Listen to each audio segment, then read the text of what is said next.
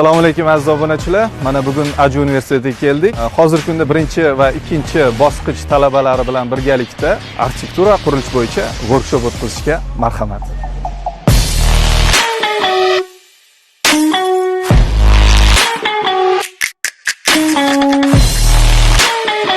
Dunyoda trend bo'layotgan ichki hovli tashkil qilish bizda 1 yil oldin bu narsalar qilingan narsa.